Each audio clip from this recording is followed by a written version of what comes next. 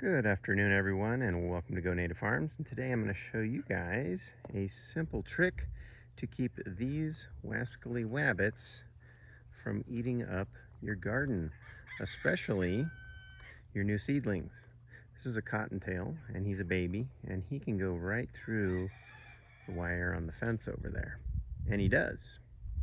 And one of the things you'll notice if you watch him for long enough, he's going to stop and he's going to eat these weeds because he likes them. So how do I prevent him from chewing up my garden? All right, well, that's probably obvious to some of you guys, but do you see all these weeds out here?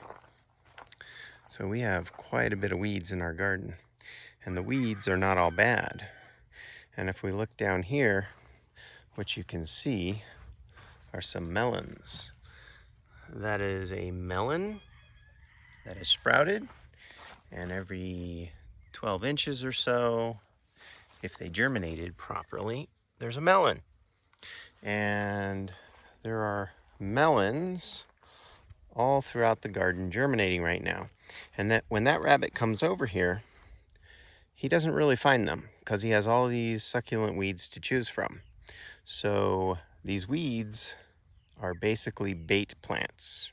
And as I walk through slowly, you can see melon after melon after melon after melon all along that drip line, and he's leaving them alone.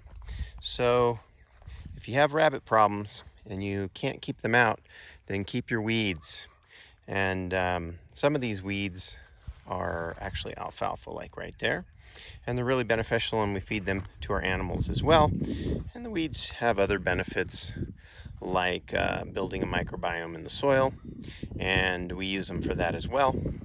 And we have quite a lot of seedlings coming up everywhere, and we'll go take a look at the corn as well. But these weeds keep the rabbits away, and they keep the grasshoppers away. If you have anything that likes to eat grass, they're probably going to find the grass before they find your seedlings that just sprouted.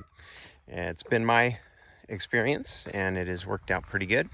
And let's take a look at that corn. We got some Navajo yellow corn over here, and it's kind of the same situation. They have been sprouting everywhere. Got this ugly stick. All right, and there's the corn. And as we walk down, you can see quite a bit of corn, and we have some weeds on each side. And so far the rabbits pretty much leave this alone.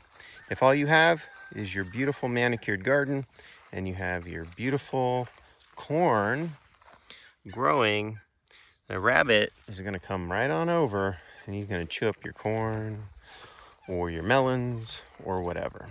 So corn goes good distance down there, and maybe we'll take a look over here because we have amongst some of our other weeds. Look at that.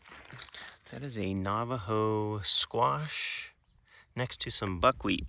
This buckwheat is supposed to, in theory, keep the squash bugs away. We'll see how that works, but we do have, the buckwheat's coming up better than the squash. But I did notice we had a couple squash coming up. There's two more right there. So A and B, and then there's the buckwheat. And I forgot to turn my drip system off, so I'm gonna have to go do that. But thank you guys very much for tuning in. If you like my videos, please like and subscribe, and you can learn how to grow amongst these weeds. I probably should mention as well while I'm here, because I didn't mention it earlier, but when you have a lot of weeds, your squash is going to latch on the tendrils, and it's going to help keep the squash from blowing away. It helps anchor it to the ground, which is another good thing you can do with the weeds. These are not the traditional foxtails that get stuck into your shoes and socks and all that fun stuff, into your animal's mouth and nose and all that. So we leave these ones here. But yes, there's quite a few benefits to the weeds, and as you can see, my crops are doing pretty good here. And that's actually a melon that just sprouted right there. But thank you guys very much for tuning in. If my videos do help you guys with growing, then please like and subscribe and share. And I hope you guys have a great rest of the day.